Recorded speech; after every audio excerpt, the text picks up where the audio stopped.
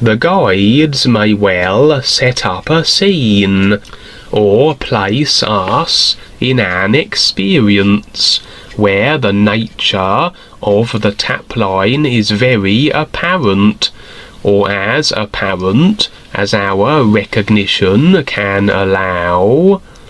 The guides will not release this tapline unless we agree that it is so. Again, we are the decider and have the free will to cling on to what restrictions we wish. There was an experience recounted by individuals who had been with the Ekankar Corporation when it was taken over by reptilian Joni. Even though the individual had left the corporation, they still had emotional attachments to Joni and Harry. Nothing can feature in our experience unless we agree. No one can have a power over us or tapline us unless we agree to such individuals having power over us. All taplines are subject to agreement, and if we are taplined by individuals, it is because on some level of our personal selves there is agreement, and only with agreement can we be taplined. In this case, the guides raided the individual's house on the real side. The house always demonstrating the personal self. Upstairs the guides went, dressed like military stormtroopers, and into the attic they did go, pulling open a closet door to reveal Harry and Joni lurking inside. The attic is always the unconscious part of the individual, and we would expect to find all kinds of individuals and creatures lurking here. Were we to enter such an area and shine a light of awareness about its confines, we would undoubtedly find all the individuals, creatures and beings that we have unconscious attachments to. The fact they are in our house represents how they are very much a part of our created personal selves. The personal self created from agreements, ideas and attachment taplines. On this occasion, the real guides exposed the lurking tapline inserters. Evidently, the individual still had an emotional attachment agreement with Harry and Joni. The guides would then turn to the individual, as it is now their decision to keep the attachment tapline or remove it. The guides would throw these attic unconscious lurking reptilians from the house, but only if the individual wished it so. Often there will be attacks on the real side by the dark forces, as they will always seek to discourage anyone attempting to escape the calm reptilian god's matrix of control. The dark forces take advantage of opportunities that are made available as people open themselves up to such, as they go about their process of awareness.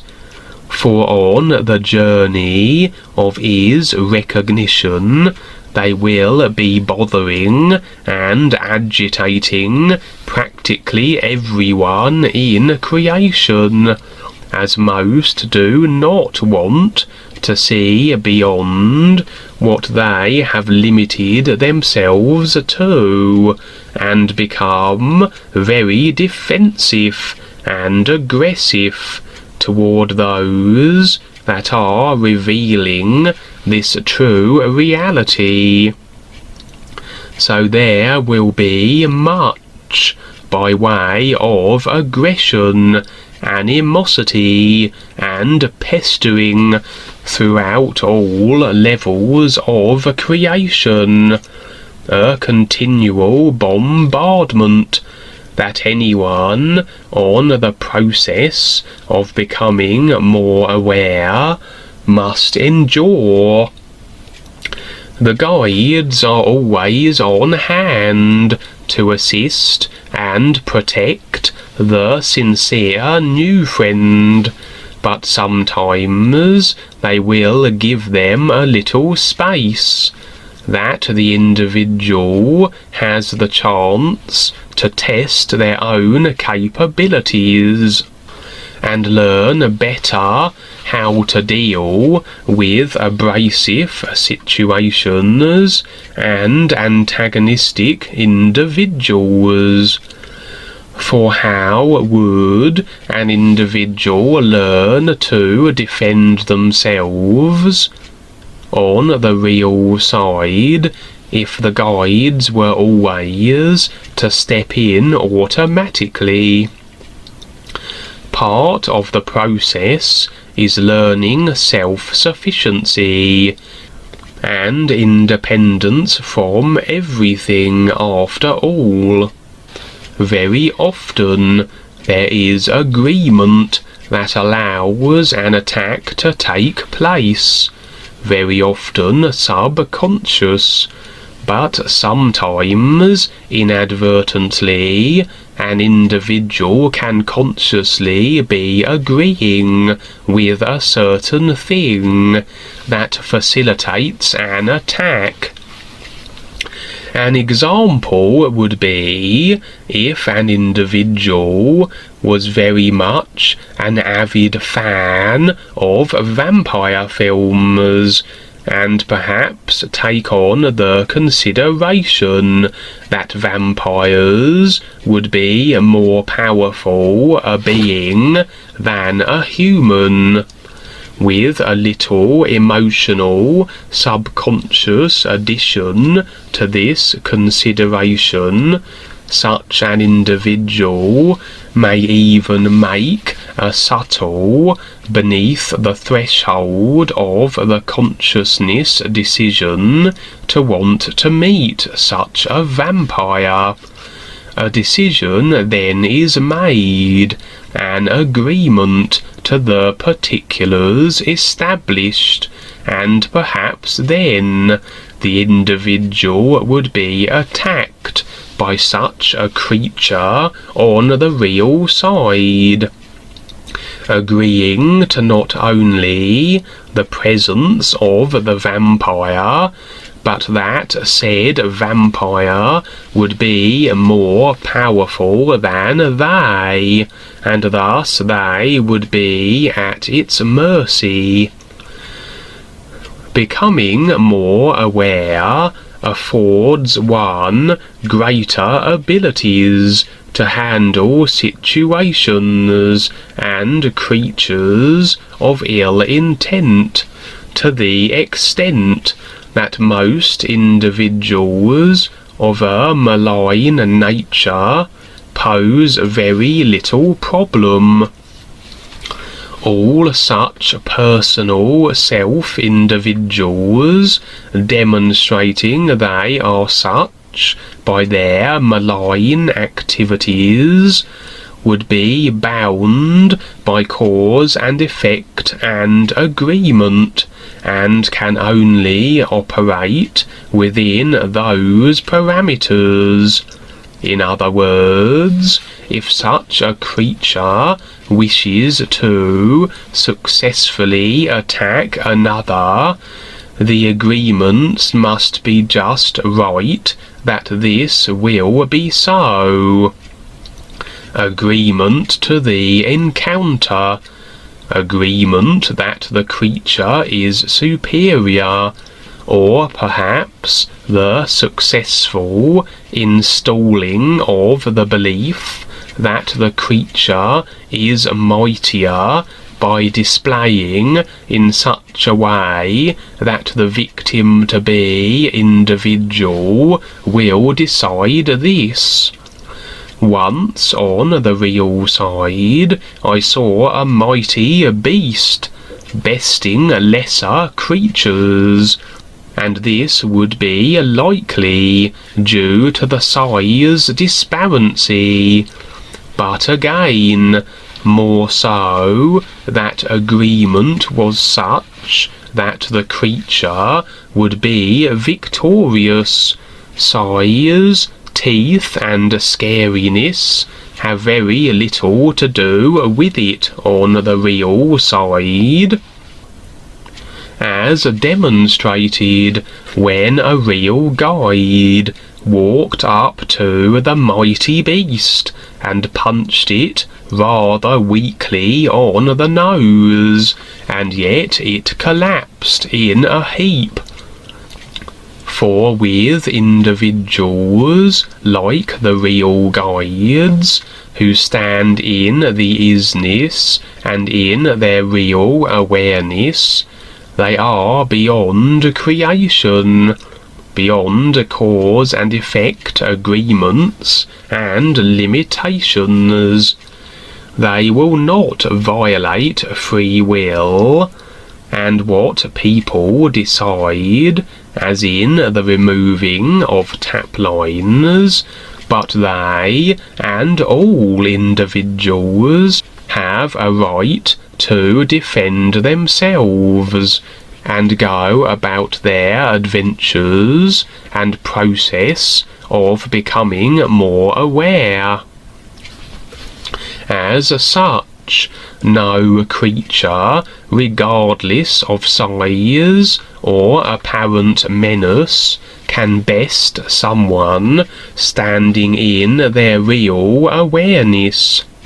The real you always knows just how to handle any situation, and will take whatever measures are required in the face of adversity and attack. The real you would not need to agree or decide on the particulars. It simply is, and as such is not bound by the consideration of the obstacle in its path. It will not be concerned over a creature 10 times its size. After all, as an individual becomes more aware and has increasing capability, what would apparent size mean anyway? And awareness often demonstrates as size on the real side also, as Dwayne has been witnessed by many as being thousands of feet tall, and the true silent ones are immense shafts of light. So if a creature is mighty in its stature, and it is required that an individual be of a similar size or bigger to deal with it, then with awareness would come this ability also.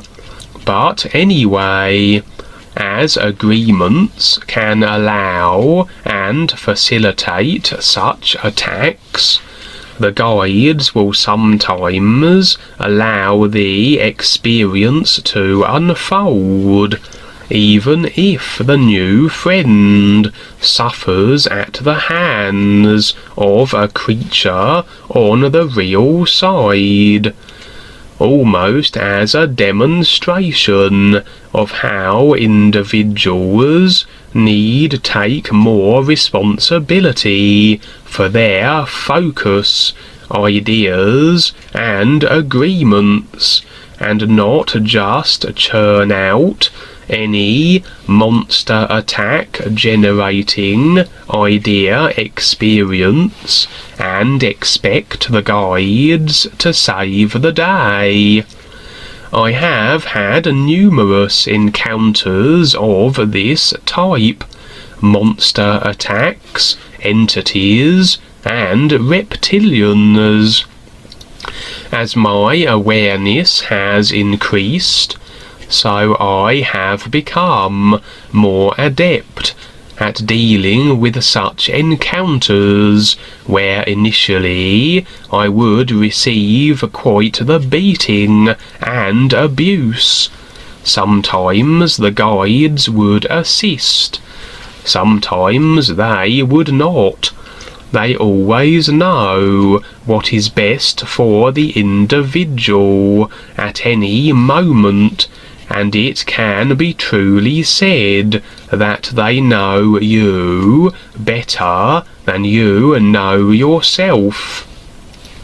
For much of the personal, created self is hidden from us in the subconscious and akashic record, causal parts of ourselves, all that makes the personal self what it is. From the real self-view that the guides operate from, they can see all of creation and all the individuals within it, and as they work with people and assist them, they can see everything that makes up that individual's created consciousness. They will know what to remove, tapline-wise, what experiences to present, and in what order, when to intercede and when to step back.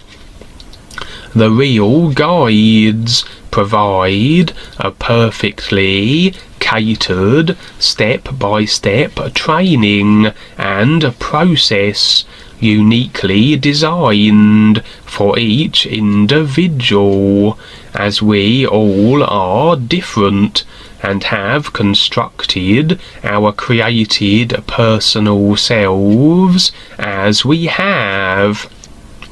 And that brings me to the end of the radio show, Kevin's Cosmic Capers.